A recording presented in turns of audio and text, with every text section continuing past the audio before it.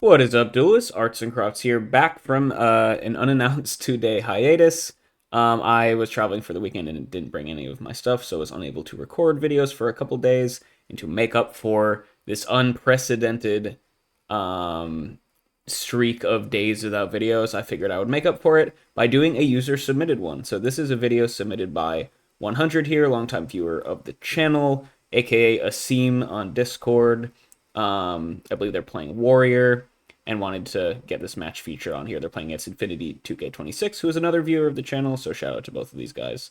Also, Asim, I believe, is a free agent looking for a War League team at the moment, so thought maybe if some of the talent scouts out there like what they see in this video might help him land a spot on one of those teams for the second half of the season. I have, as always, not watched this game ahead of time. Looks like Asim is going to be going second here. Yeah, so they did mention that they were testing a little bit of a Chaos Warrior strategy here. So you can see we got Thunder Dragon Sork stuff as well as your typical Warrior monsters here in Ninja Grandmaster and a couple good cards as well. Lost the RPS, so going second. We'll see. Infinity here is going T-set pass. I do know that they like to play Rescue Cat normally. Not sure if Asim has that read though, but Duo will probably help when that gets fired off. Sinister for turn is another decent draw here. I think you're just going to fire off Duo here first, while the opponent has no real knowledge of what you're playing, and then reevaluate from there after you kind of know what your opponent is rocking with. I think the Thunder Dragon first, I can understand. I mean, generally you want to just Duo immediately to not give your opponent the extra info before you go and fire off the Duo, right? However, when you're playing somewhat unorthodox strategies like Chaos Warrior, I don't hate this as like a misdirection, right? Because if they see Thunder Dragon and then you fire off Duo, they're gonna be like, okay, he's probably playing Turbo or Chaos Control, so maybe they would discard differently because they're not prepared for the Warrior stuff. Now, a smart opponent would also see that and maybe be like, okay, why would he want me to think that he's running Turbo or Chaos Control and take that into account? So it is kind of a weird mind game, but I don't hate it in these situations where you're not playing something orthodox. Could also be a mind game if you're playing Turbo too, in a little bit of a will they won't they understand what I'm trying to go for here.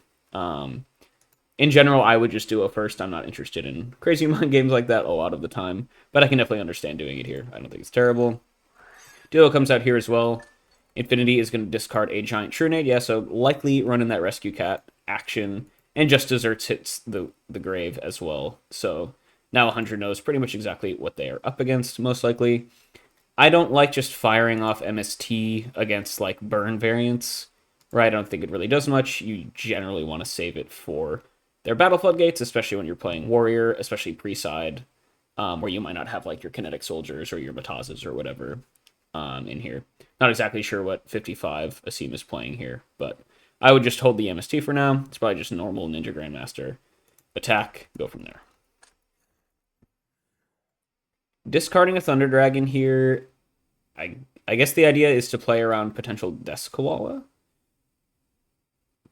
I don't think this is super necessary at this point in time. Like, the extra 200 from Secret Barrel is really not the end of the world, so I would rather prefer holding the Thunder Dragons, especially, like, I could see a world where you go Tribute Summon for Thunder Dragon at some point here. That seems like a decent play with what you have in hand at this point in time. Now, if you were worried about Death Koala, this would make more sense. This could also just be like a read. I know that Infinity is probably playing Rescue Cat because I've seen a lot of their stuff. But Asim, if you just see Trunade and Just Desserts, you can make the guess that your opponent is just playing a regular burn list where they have potentially koalas. In which case, this play would make a little bit more sense.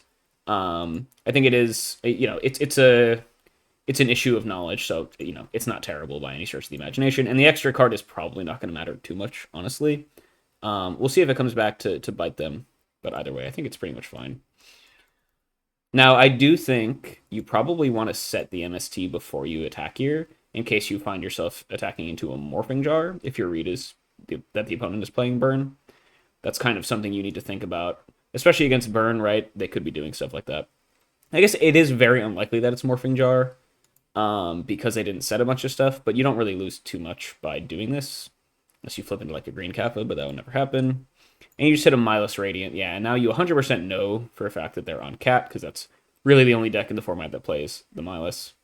Now let's go main phase 2, set MST pass. All good. Infinity, the play is going to be graceful. Discard double rescue cat. Do they have the third in hand? Looking to get a little bit aggressive here. We're going to trio. Okay. Must have kept, like, Panda in hand or something, perhaps. Trio, yeah, into Panda. Kill the Ninja Grandmaster. Nothing Asim can do about that. And now you got a 2300 attack point. Panda coming down. No Darks seen just yet.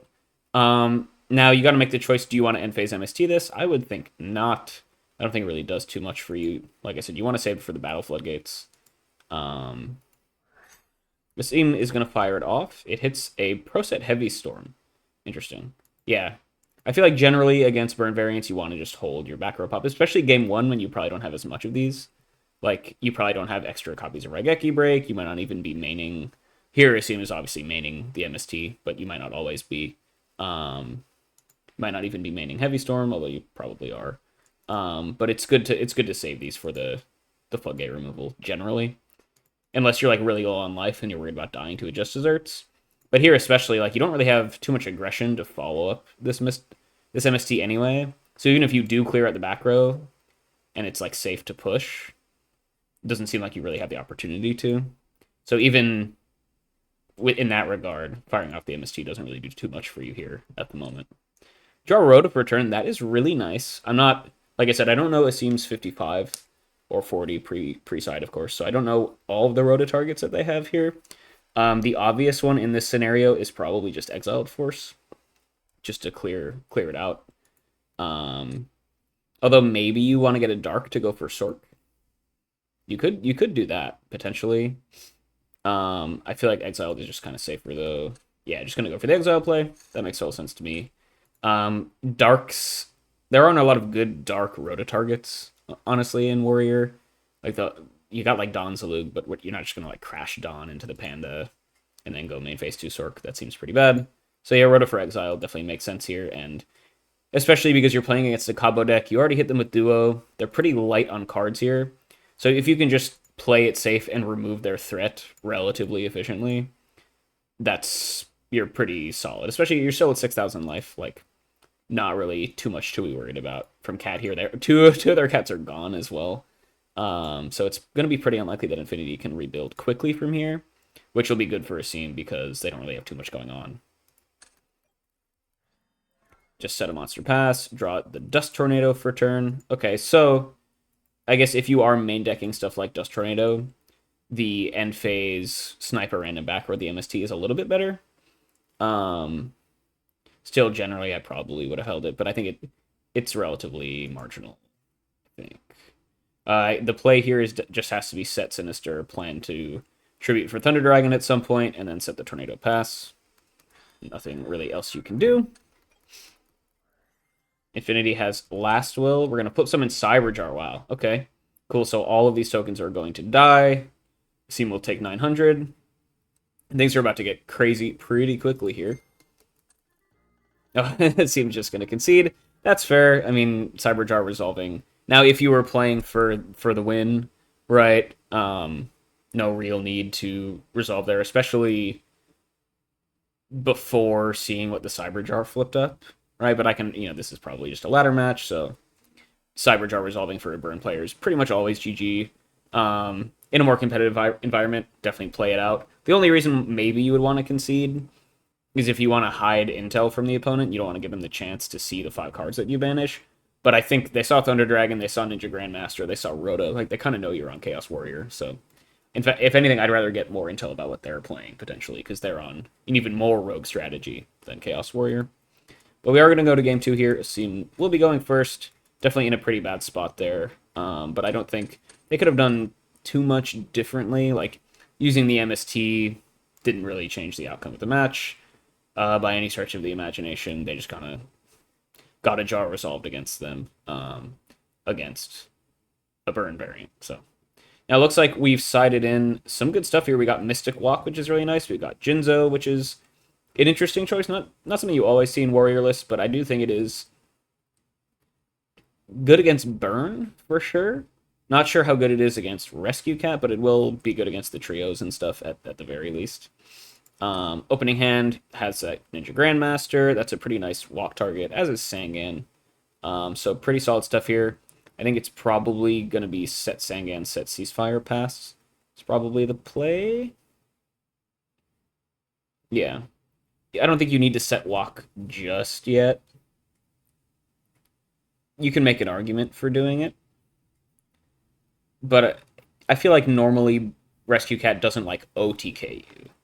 Like normally when we watch Infinity, they require essentially like either one big combo plus some burn on the back end to clean you up, or like they get one like mini combo in with a Rescue Cat on the last will, and then they have to spend a little bit of time stall out and redraw into combo number 2. So I don't really feel the need to set the Mystic Walk right now because we're probably not going to die this turn. And obviously you're only going to want to set one of these two. I mean, I guess because Mystic Walk is just a chainable, you could chain it to pop your Sangan if you really want. I feel like I wouldn't want to be forced to do that, though. Sangan, of course, is a level 3, so it's actually kind of good to stick around on the board here, right? Because it can pressure under the battle floodgates. So I wouldn't want to be forced to miss... Like, if Infinity just goes Heavy Storm and we have Walk and Ceasefire set, I'm not a huge fan of just chaining Walk on the Sangan, even though that is technically an okay play. Like, I don't want to have to use it just yet. I'd rather get some damage in with the Sangan first. So that's probably just set Sangan, set Ceasefire. It's kind of my read here. And that's what Asim does. Yeah, I like that play. Infinity has Duo. That's a bit of a bummer. They hit the Ninja Grandmaster. And then you just discard the Jinzo, so you get a Dark Engrave for the Sork. Definitely the play for sure. Oh, we're going to discard the Sork. That's really interesting. Okay, so is the idea that we want to go Tribute for Jinzo and then turn off the traps? I feel like that's not as good against Rescue Cat as it would be against just like a standard burn list. And I feel like just turning Sork on this early is really nice, right? Just to clock the opponent a bit. I mean, Tribute over Sangan for Jinzo is just a pretty nice play overall, so I can understand it from that perspective. But I don't think we value it as highly in this specific matchup as we would otherwise. So that's something I probably would have done a little bit differently. But I can, you know, I'm interested to see how much value this Jinzo ends up getting, I guess. Panda's going to come down, kills the Sangan, that's fine. I'm not, as always, not sure exactly what search targets you have here for the Sangan. Sinister is generally just kind of good, so I wouldn't be too scared of just grabbing that. And we know that they're running it. We're going to get Spy here. Okay, interesting. So keeping in Spy post side against trio decks is generally not amazing. Unless you're, depending on your 55, you're keeping in a single Spy as a walk target. That can definitely make the cut, right? But the issue with double Spy, right, as I always try to point out, is as soon as you flip up a Spy and get a second one, that's just a one-card trio lock for the opponent if they have it. So Spy is very, very risky, and it doesn't get under floodgates or anything, so you can easily get into a position where you just really can't do anything, and then Pandas are just going to like go to town on you, right? Now, if you're just trying to set up for a valuable walk here, I can understand it, and at least it'll likely stick around as tribute fodder for the Jinzo, so that can make sense if like the Panda can't clear it out. So I do like the target with the Spy on the Sangan here. I'm just interested to see. Like, I wouldn't like to see multiple Spies here post-side, probably. It's a little bit better against Cat because it is a nice defensive wall compared to... And it can, like, change up the lethal math. Like, if they don't know that you have Spy set, it can go summon out a second one to, like, reduce their damage, and then their combo fizzles, and then you can stabilize from there. It is better. But I think you're generally more worried about the trio lock, even if it's not as big of a threat against Cat as it would be against Burn. And, you know, Asim very well might just have the single Spy in deck, so this is all just kind of a moot point. But that's just kind of my logic about how to side deck against these Burn variant strategies. We're going to go set a couple back row pass. Ceasefire is going to chill here. Draw Ring for turn. Another dangerous card to keep in post side against Burn variants, but I think it's fine. I think it generally makes the cuts in most lists. Just targeted removal is pretty nice, especially when you can like snipe a low attack panda or something like that. So I think the play really is just going to be set spy, set walk, and ring pass. Not really anything else to do here. Yep, makes sense. Infinity's going to go fire off the True Nade. So I think you have to ring the panda here for sure, in case they like chain trio, right? And then if they do chain trio, do we want, I guess, do we want to just walk the spy right now? Because if they're probably doing this because they want to go chain trio, right? In which case, you'd need to walk the spy now. You can't save it to walk a trio token. But I think you're just going to first chain ring on the panda regardless, and then see if they chain anything else to this True Nade. Yeah, so chain ring on the panda. They do chain the trio. And yeah, I feel like you probably should walk the spy here. Because you don't want to get trio locked. And you kind of want the 2,000 life points, right?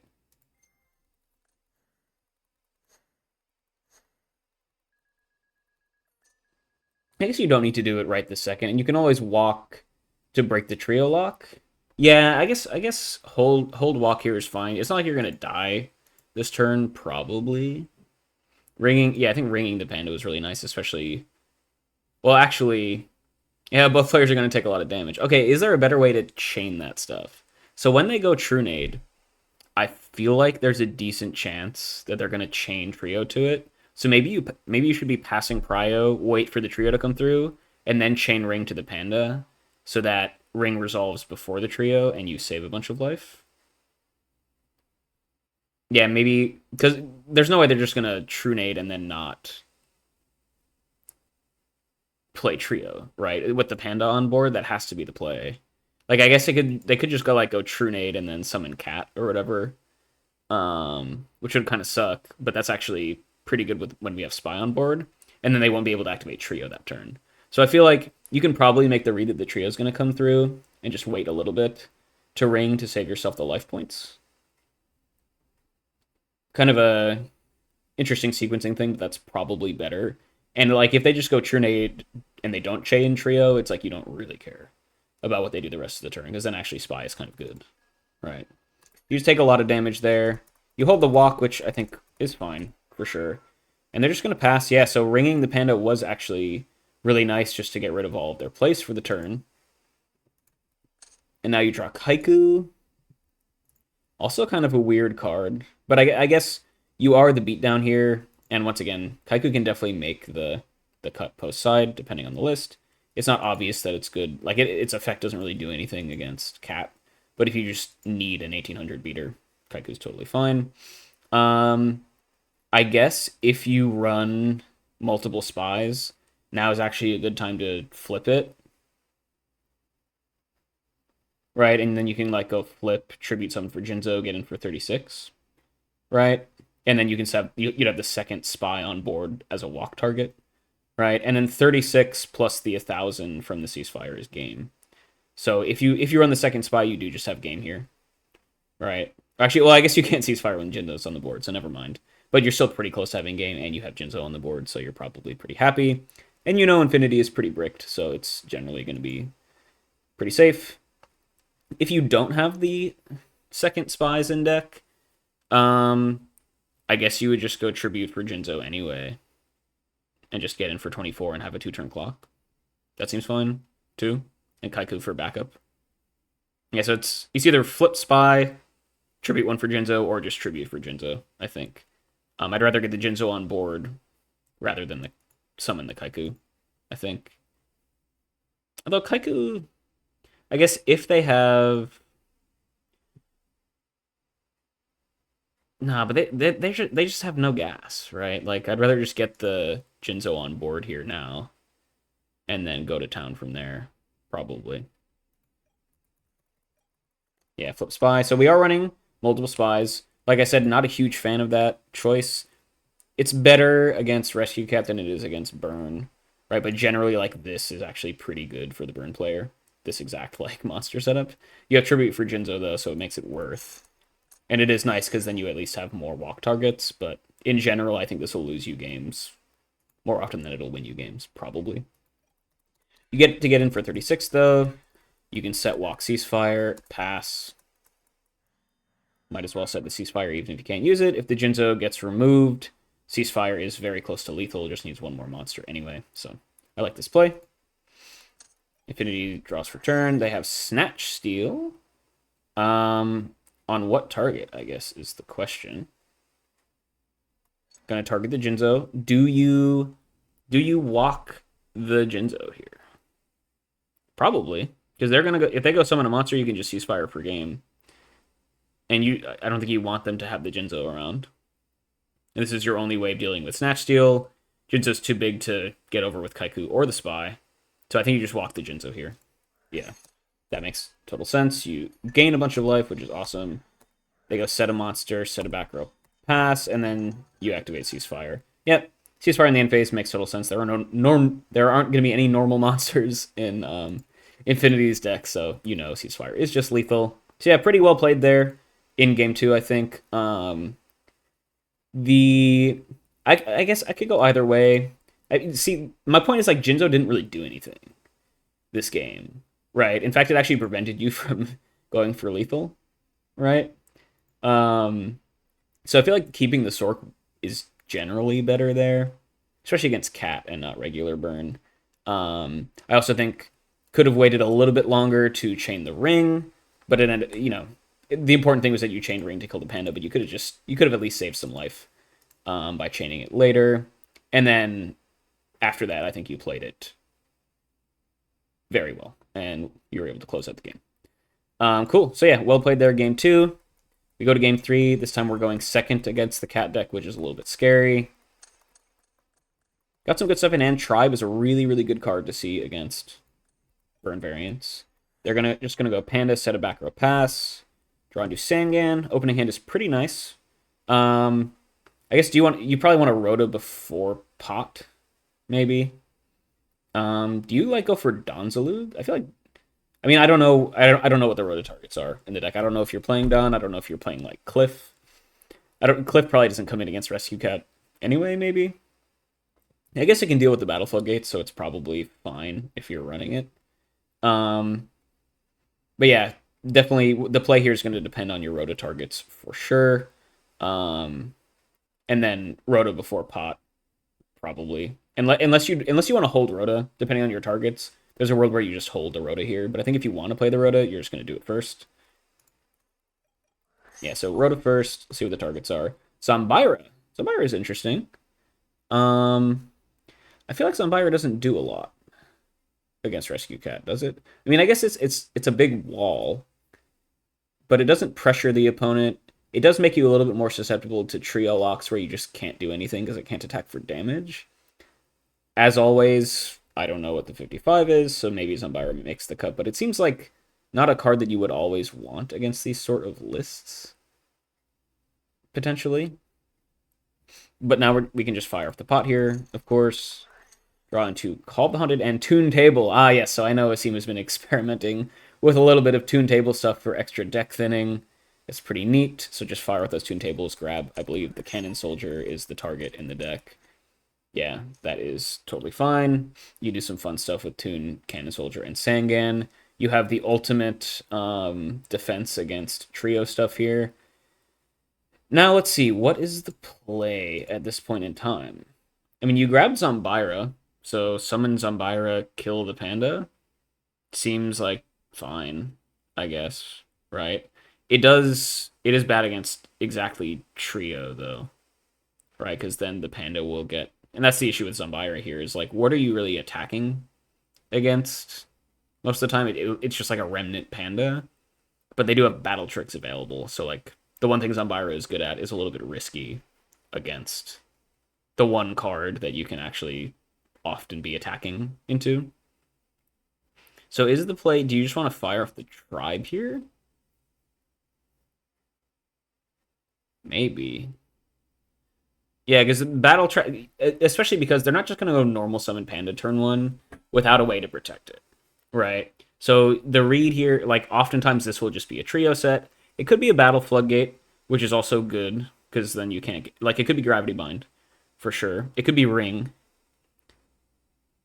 And so the only way that you definitely deal with the panda this turn is by going for tribe, right? And you can just go like tribe discard Zombira, honestly. I feel like at this point. Or you can go tribe discard Blade Knight maybe just to get the light engrave.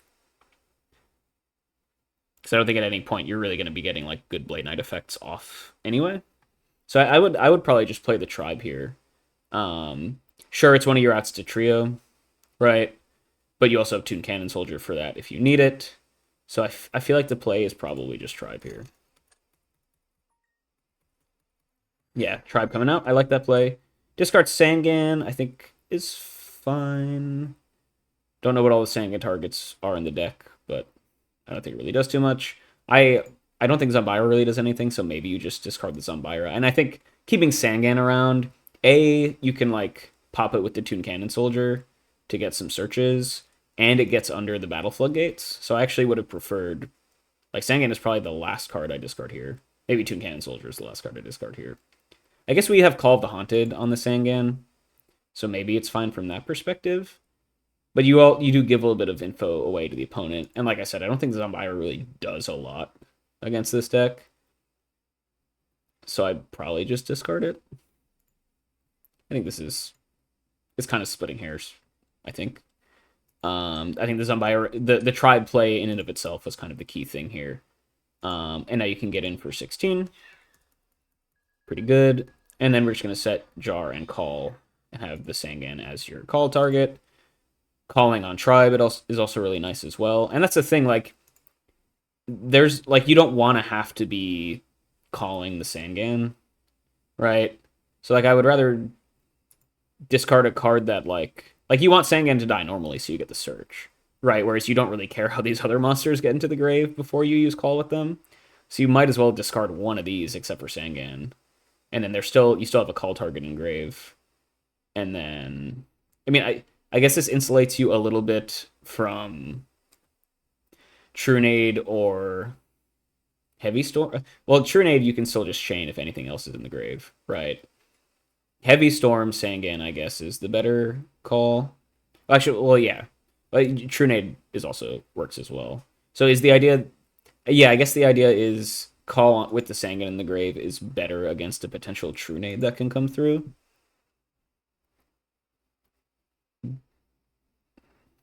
Maybe that's fine. That just seems a little too cute to me, maybe. And I'd rather just be getting value off of the Sangan, I think. Because it's not like the search that you get off of this is really going to make or break anything. You know? So, I think it is what it is. I definitely think the tribe play was correct there, though, so good on you for finding that. Then we're going to go Trunade. I guess here is when you would chain the call on the Sangan and get the search. And yeah, chain the Jar, of course, as well. And then Sangan will hit the grave. Yeah, so maybe this was worth it enough. Yeah, they had Trio, of course. That was pretty much always the read when they don't flip Gravity Bind on you. So that makes sense. Yeah. Yeah, so maybe the fact that you can get Q with the Sangan here is worth it, I think. And you do get the call back in the case that it's specifically Trunade, so I guess you don't really lose too much. So yeah, maybe I do like this play more. I think it's cute. I think it works. And you do still have the call if you need to like call back your tribe at a later point or something. So I think this is fine. Grabbing Exiled, that makes sense. Good card in the matchup. They go for the level limit.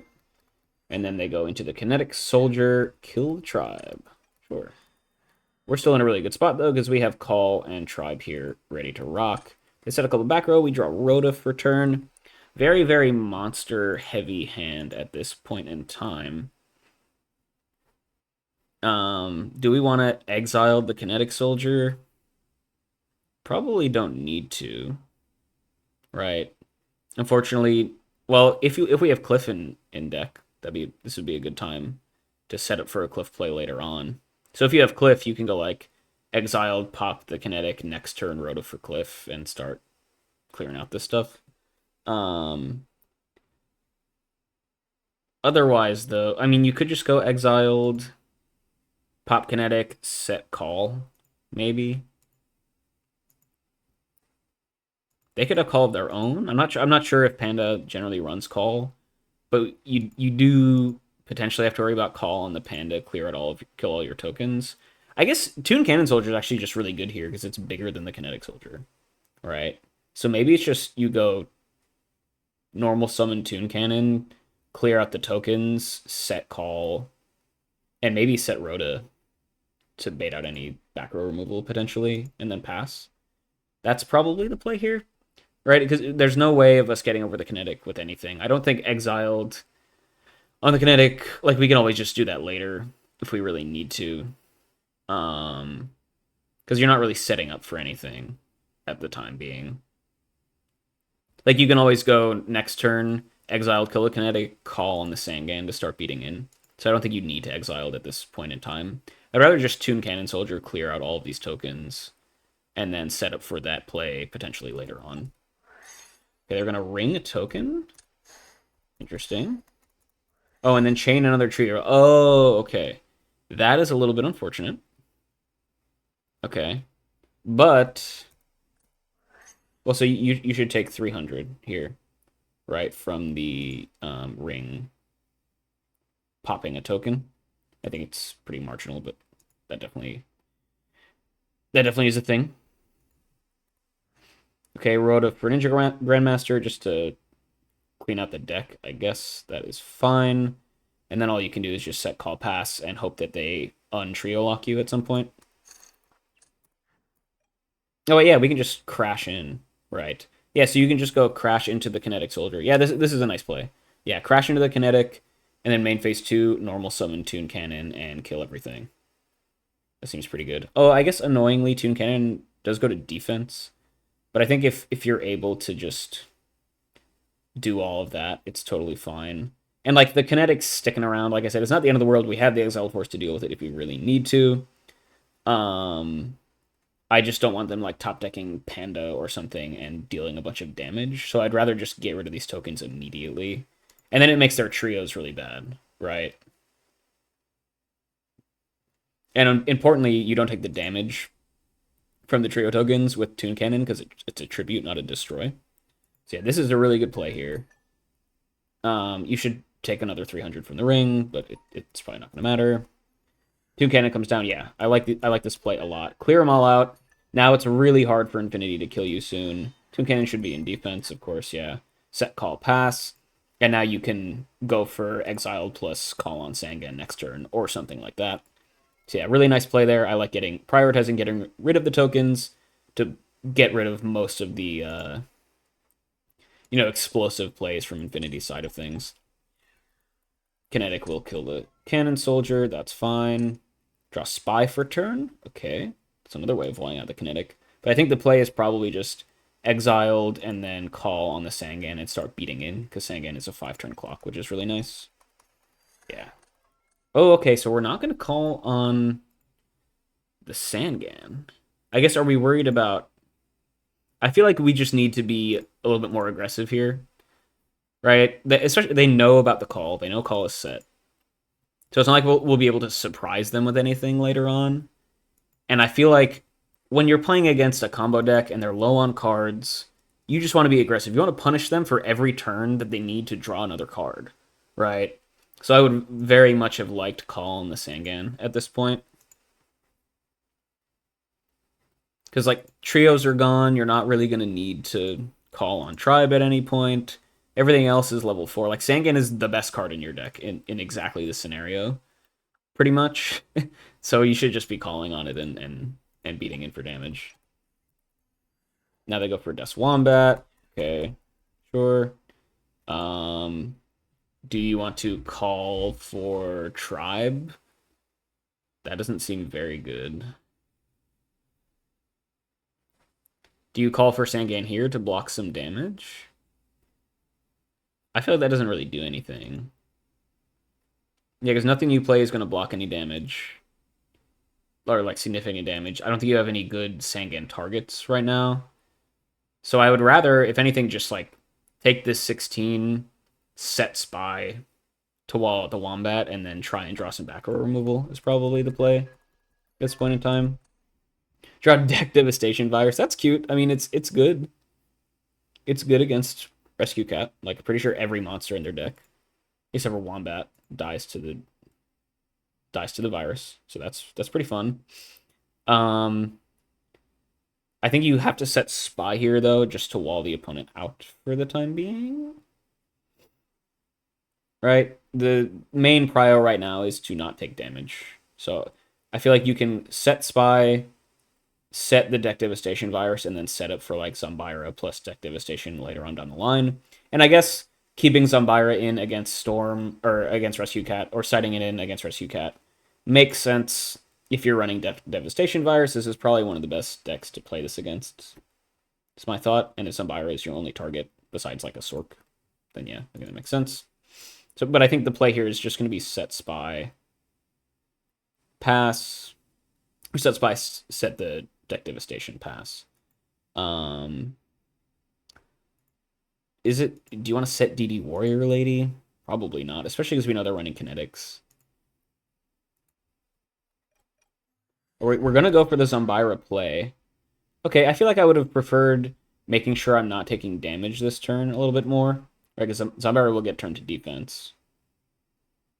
So that's a little bit awkward. Yeah, I would have preferred just not taking damage this turn. They find Sangan. Now we go Deck Deva. Is there a world where you just want to go Deck Devastation virus in draw phase in case they drew into Panda or anything? I honestly feel like that's probably good. Right? And that's why I don't like summon Zumbira right now. Right?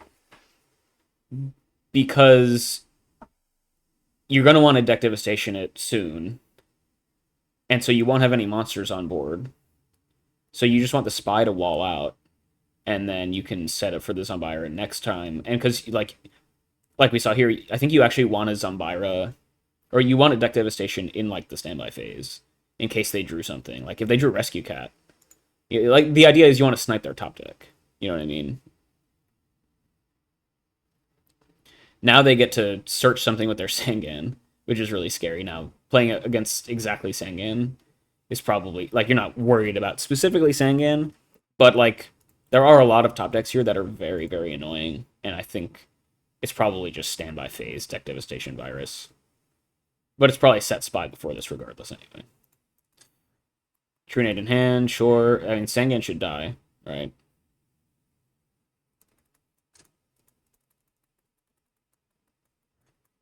Yeah, I think you want to hold, or you want to not hold it there. I don't. The thing is I don't know what holding Deck Devastation Vice really does for you in this. Oh, I guess. Do you want to wait for them to go Rescue Cat? You want them to use their combo and then Deck Devastation Virus for big value later on? But, like, it's really not the end of the world. Like, if you kill the Rescue Cat when it's in the hand or not, it doesn't matter. You know? And so maybe just playing around exactly Sangan is the only thing you have to worry about, but it is the only thing you have to worry about, so you might as well just use it in standby phase. Because I'm not sure, like, what holding it really does for you otherwise. Unless you're trying to, like, bait out Last Will or anything. But it seems unlikely that they're going to be able to do that if you just snipe their draw for the turn. And now Wombat gets in for 16. We're down to 31, which is scary. Draw the Jinzo for turn. Okay. That's interesting. Not a bad card. Yeah, and, like, imagine if you had Spy on field right now, right? Oh, wait. Deck Devastation should have killed whatever...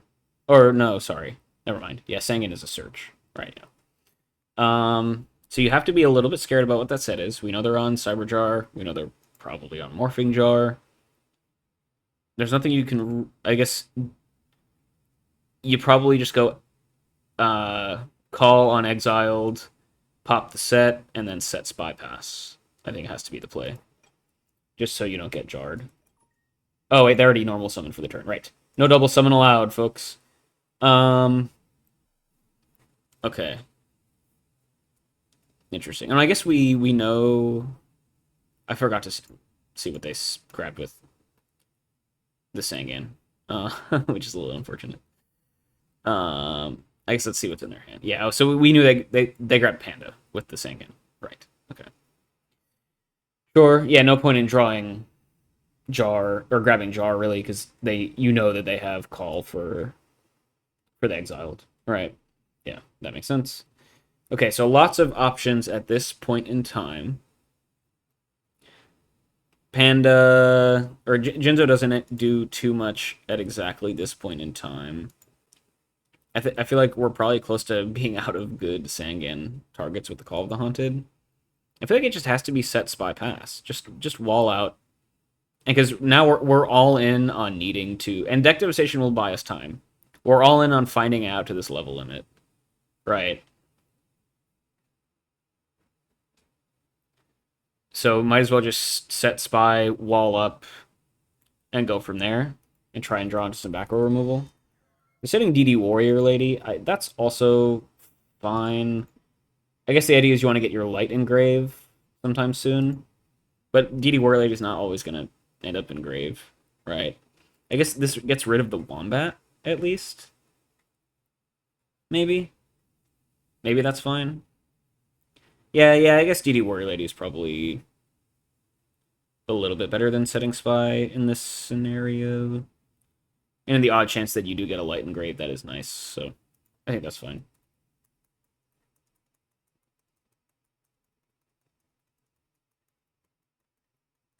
Cool. You get to see the card that they drew. It was Panda.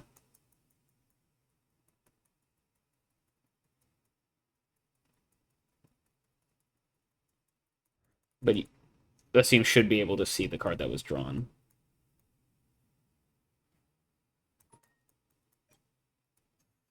They go normal summon Panda. Sure.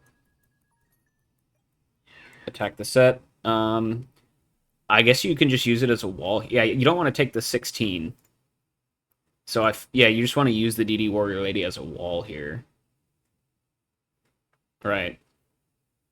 I guess this is kind of nice because DD Warrior Lady can wall out both of them.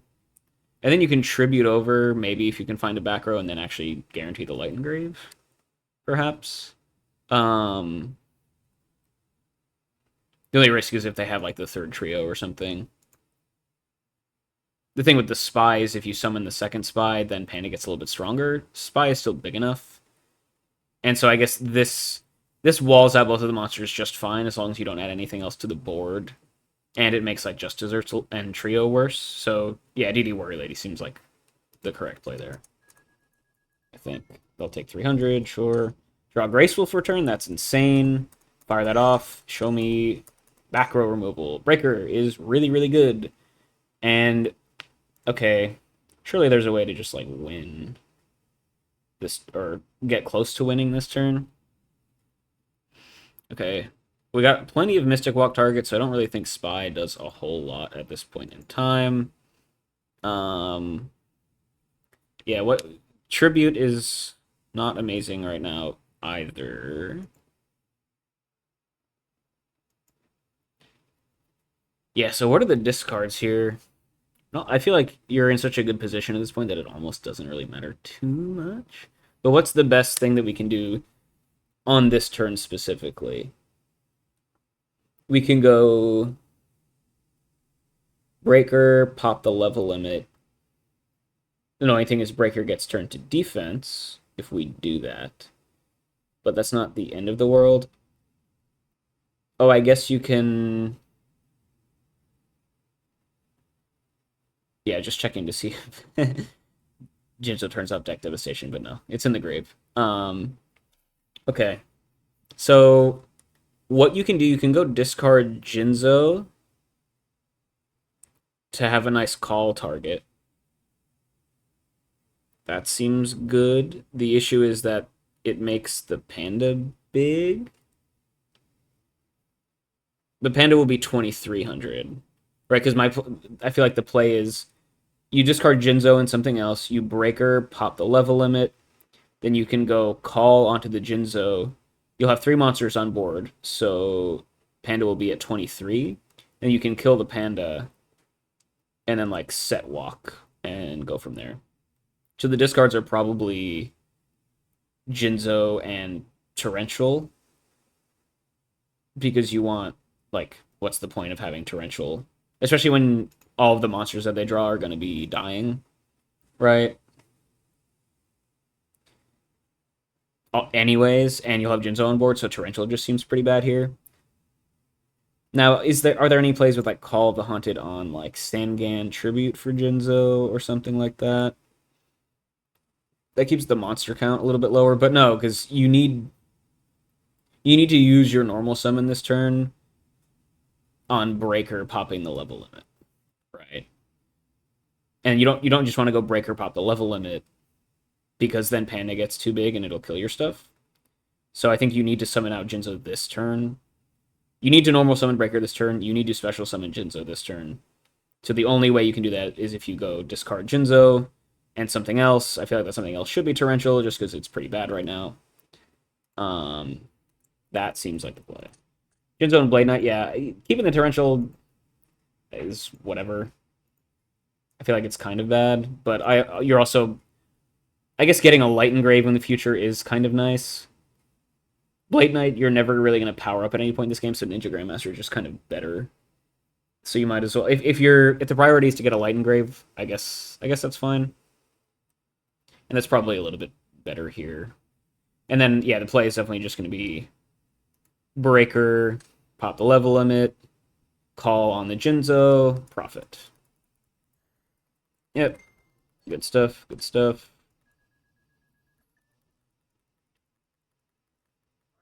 Yeah, call on... Oh, I didn't even think about call on Tribe. Oh, because these are both beasts. Oh, that's actually nice. Yeah, I didn't think about that at all. Right. Yeah, I was thinking about other potential call targets in the Exiled Force and the Sangan. The Tribe gets in more damage this turn. That is nice. Yeah, I guess this is just probably better, because it wipes out their entire board. Deck Devastation has you covered otherwise. You have the walk if you really, really need it. Yeah, so actually, yeah, I think this play is a little bit better.